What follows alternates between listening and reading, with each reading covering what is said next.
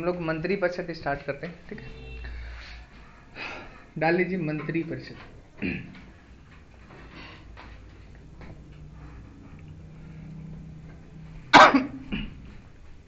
देखिए, पहले अगर कोई पूछते कि मंत्री परिषद क्या होती है, ये समझे। मैंने समझाया था कि सरकार कुछ व्यक्तियों का समूह होता है और वो व्यक्तियों के समूह की जो समिति होती है वही सामान्यतः क्या है, यहाँ मंत्री परिषद, ठीक है। अब हमें जो यहाँ पढ़ना है वो हमारे एग्जाम प्रोस्पेक्टिव से पढ़ना है।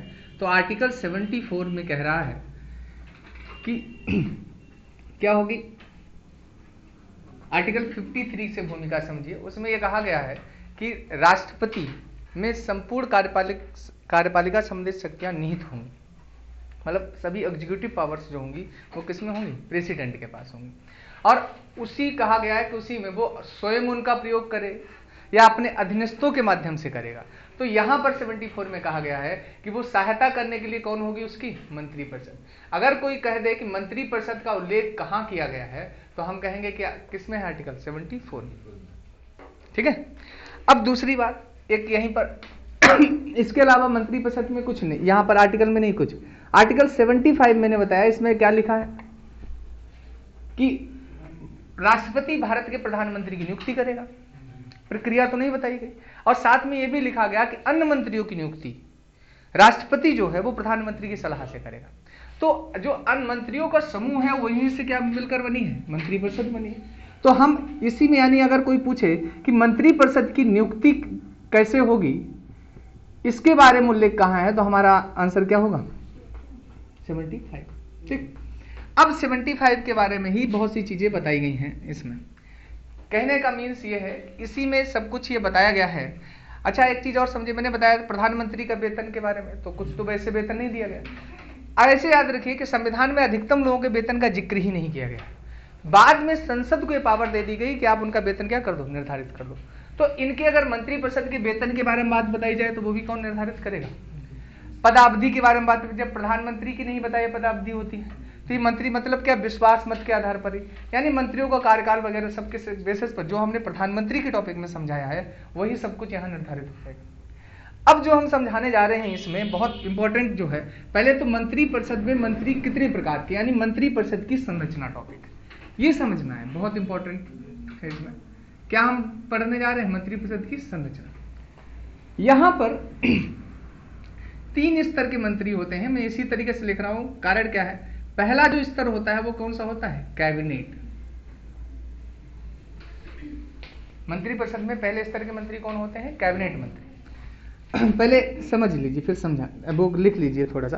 कैबिनेट के नीचे जो होंगे वो कौन से होंगे, राज्य मंत्री। और राज्य मंत्री के जो नीचे होंगे वो कौन होंगे, उप मंत्री। और उप मंत्री के नीचे भी एक चला, हालांकि कैबिनेट में यही 3 सम्मिलित होते हैं, तो पहले इन्हीं पर बात करते हैं। एक और सचिव नाम से भी बनाए जाते हैं।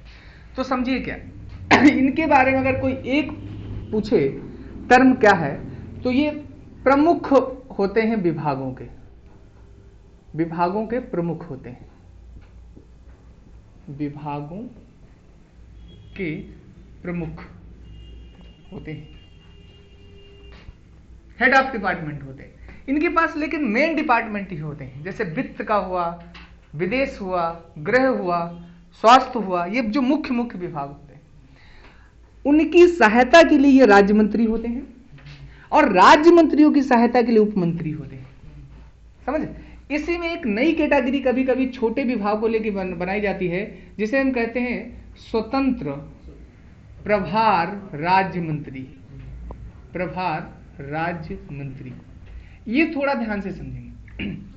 अगर किसी राज्य मंत्री को हम किसी विभाग का प्रमुख बना दें, क्या बना दें, विभाग प्रमुख, तो हम कहेंगे उसे स्वतंत्र प्रभार राज्य मंत्री। अब ध्यान से समझिए, कैबिनेट मंत्री के समान इसका दर्जा नहीं होता है। कैबिनेट की बैठकों में यह पार्टिसिपेट भी नहीं करता है जब तक आमंत्रित ना किया जाए, ठीक है।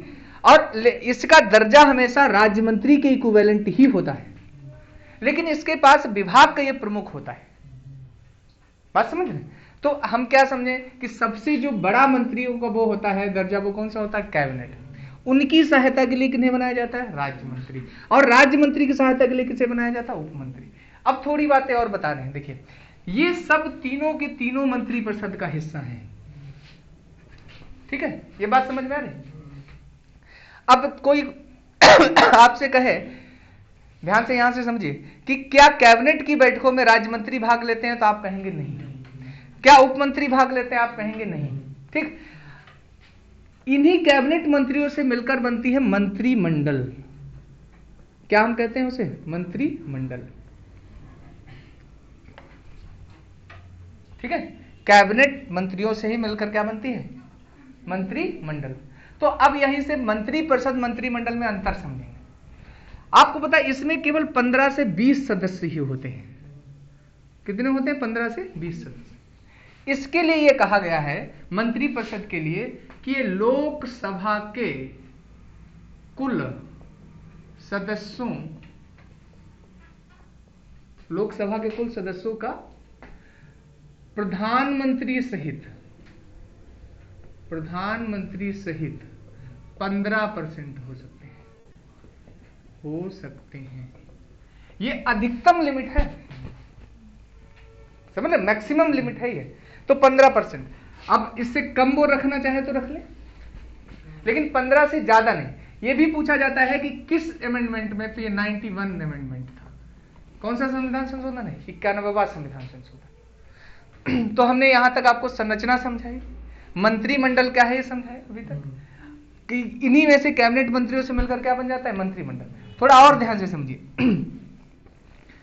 जो ये मंत्रिपरिषद, ये जो मंत्रिमंडल है, यही मेन निर्णय लेती है। मतलब निर्णय कौन लेता है अगर कोई कहे जाए तो? मंत्रिमंडल। निर्णय कौन लेता है? मंत्रिमंडल। एक चीज और समझे मंत्रिमंडल के बारे में, इधर से दिख रहा है आपको? मंत्रिमंडल जो निर्णय लेती है, ये मंत्रिपरिषद पर बाध्यकारी होते हैं। क्या होते हैं? बाध्यकारी। सोच कर देखिए, सदन पर ही बाध्यकारी, सभी पर बाध्यकारी नहीं। मतलब पूरी मंत्रिपरिषद, कोई मंत्रिपरिषद में बैठा व्यक्ति इनके निर्णयों का उल्लंघन नहीं कर सकता। निर्णय ले भी कौन रही? मंत्रिमंडल। बाध्यकारी भी किस पर? और मंत्रिमंडल में भी मान लीजिए कि 10 मंत्रियों का एक समूह है और उनमें से 9 मंत्री सहमत हैं, एक मंत्री असहमत है, तो उस मंत्री को या तो सहमत होना पड़ेगा या तो उसे इस्तीफा देना पड़ेगा। एग्जाम्पल बहुत अच्छा है। 1953 में डॉक्टर भीमराव अंबेडकर ने हिंदू कोड बिल के खिलाफ इस्तीफा दिया था। मंत्रिमंडल में थे उनके, आपको पता ही होगा, कानून मंत्री। तो बहुत से ऐसे। अब आप और एक बात समझिए, मंत्रिमंडल में चाहे अंदर वो सहमत ना भी रहा हो, और अगर बाहर आएगा तो उसे उस नीति का समर्थन करना पड़ेगा, उसके पक्ष में बोलना पड़ेगा। अगर उसके विपक्ष में बोला तब भी उसे इस्तीफा देना पड़ेगा, बर्खास्त करना। यानी क्या है? मंत्रिमंडल या मंत्रिपरिषद सामूहिक उत्तरदायित्व के सिद्धांत पर काम करती है। एक मंत्री ने जो कहा, समझो वो सबने कहा। और जो बात समझ पा रहे हैं नहीं? इसीलिए तो हमने क्या आपको समझाया है, मेन रोल जो है वो किसका है? मंत्रिमंडल का है। और उसी उन्हें कौन संचालित करता है? मंत्रिपरिषद। हालांकि इसमें भी एक चीज निकल कर आती है, मैं थोड़ा और बताऊं। इधर वाला ये बना लिया सबने, इसे थोड़ा सा समझिएगा, यहीं पर मैं बता रहा हूं। इसमें भी एक निकल कर आती है किचन कैबिनेट। क्या निकल कर आती है? Kitchen cabinet. अब देखिए किचन कैबिनेट में अंतर क्या है? इसमें कुछ तो प्रमुख मंत्री ही होंगे। जैसे अगर हम वर्तमान में कहें तो प्रधानमंत्री, गृह मंत्री और रक्षा मंत्री, ये तीनों लोग आपस में माना जाता है कि ठीक अच्छी खासी गुटबंदी है। ठीक, उसके अलावा प्रधानमंत्री के कुछ करीबी, जो लोग सदस्य भला भी ना हो लेकिन एक्सपर्ट हो क्षेत्रों के। जैसे सपोज करिए, मैं एक एग्जांपल आपको दूं। जब 2014 में सरकार बनी तो एक छोटे से राज्य के रक्षा मतलब मुख्यमंत्री हुआ करते थे मनोहर पारिकर। लोगों को पता था, IITians थे। जब 2014 में सरकार बनी तो लगा भी था कि एजेंडा बहुत बेहतर चलाएंगे, और उसके बेसिस पर आपको बताया है कि उन्होंने वहां से छोटे से पद से, सीएम के पद से इस्तीफा दिलाकर और स्टैंड कहां कर दिया? आके रक्षा मंत्री बना दिया। कारण क्या? क्योंकि वो चाहते थे हम अपने मंत्रिमंडल में कुछ एक्सपर्ट लोगों को लेकर आए। फिर बाद में उन्हें सदस्यता वगैरह दिलाई, वो एक अलग की है। हम समझाना क्या चाहते हैं, किचन कैबिनेट में ऐसे भी लोग आते हैं जो सदस्य नहीं भी हैं सदन के, और वो लोग पहले निर्णय लेते हैं। वो निर्णय कहां जाएगा? मंत्रिमंडल के पास। अब मंत्रिमंडल का निर्णय मंत्रिपरिषद पर, मंत्रिपरिषद का निर्णय विधायिका पर, अब विधायिका का निर्णय पूरे। बात समझ पा रहे? तो किचन कैबिनेट कुछ इमेज बनी। किचन कैबिनेट के बारे में एक फैक्ट याद रखिए, जरूरी नहीं कि मंत्री ही भाग लें, प्रधानमंत्री के या मंत्रियों के कुछ करीबी एक्सपर्ट लोग भी भाग ले सकते हैं। बात क्लियर सबको? अब देखिए और चीजें यहां तक।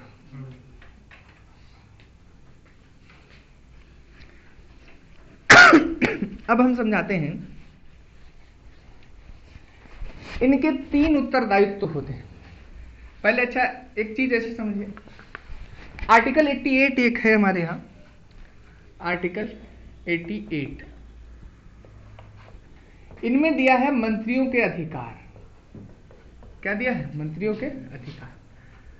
जैसे मान लीजिए क्या मंत्री बनने, जैसे हम मान लीजिए किसी सदन के सदस्य हैं, तो उससे तो हमें पता है क्या मिलता है हमें, कि हम उस सदन में जा सकते हैं, उसकी बैठकों में भाग लेंगे, वहां पर भाषण दे सकते हैं, मतदान करेंगे, यही तो है। लेकिन अगर हम मंत्री बन गए हैं तो मंत्री बनने से हम दोनों सदनों में भाग ले सकते हैं, भाषण दे सकते हैं, किसी भी समिति के हम सदस्य बन सकते हैं। ठीक, केवल मतदान हम उसी सदन में करेंगे जिस सदन के हम सदस्य होंगे। मंत्री बनने से समझ आए, मंत्री बनने से और क्या फायदा? मंत्री बनने से हमें आवास मिलेगा, मंत्री बनने से हमें यात्रा भत्ता मिलेगा, मंत्री बनने से हमें चिकित्सा मिलेगी। बताइए हम क्यों पढ़ रहे हो आप लोग? क्या इसलिए कि प्रबुद्ध हो जाओ? भाई नौकरी मिलेगी, पैसा मिलेगा तो विवाह होगा, अब डाट सो ऑन, समझिए ना। तो बहुत सी यही चीजें, तो सब सिस्टम। तो मंत्रियों के अधिकार किस आर्टिकल में दिए हैं? 88। मंत्री बनने से ये हमें मिल जाता है। और समझिएगा थोड़ा, यहां पर अगर कोई पूछे कि ये जो मंत्री परिषद है ये किस सिद्धांत पर काम करती है, तो इनके सिद्धांत, तो मैं 3 में इसे डिवाइड कर रहा हूं। इन्हें अगर आपने समझ लिया तो इसको कॉन्सेप्ट समझ जाओगे। पहला, एक सामूहिक उत्तरदायित्व। पहला क्या है? सामूहिक उत्तरदायित्व।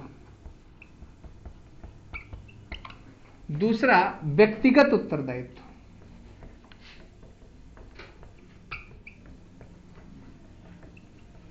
और फिर है कि विधिक उत्तरदायित्व नहीं।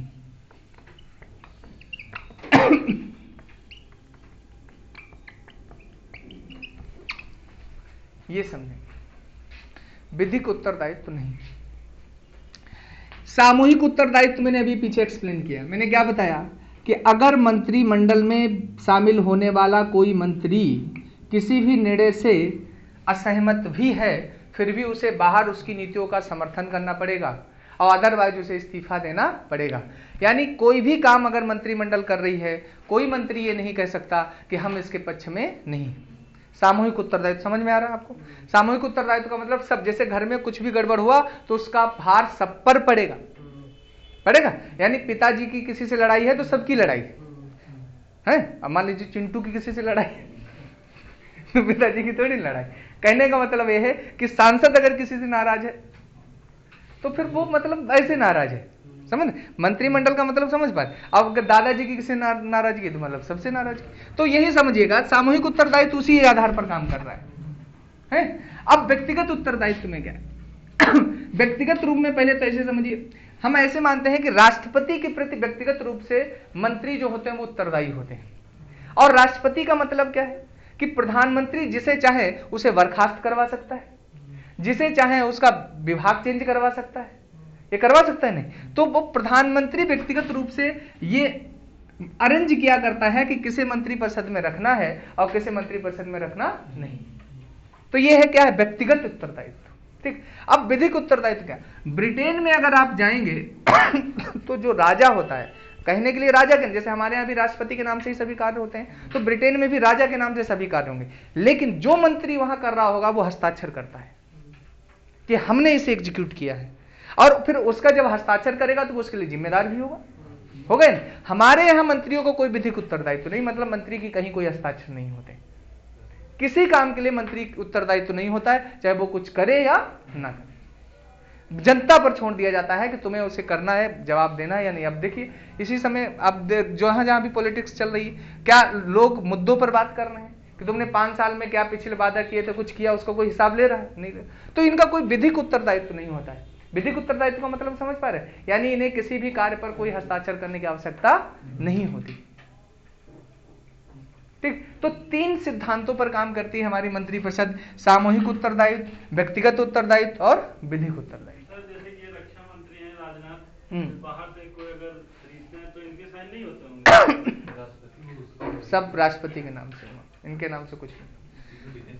तो ये समझ में आ रहा है? ठीक, चलिए।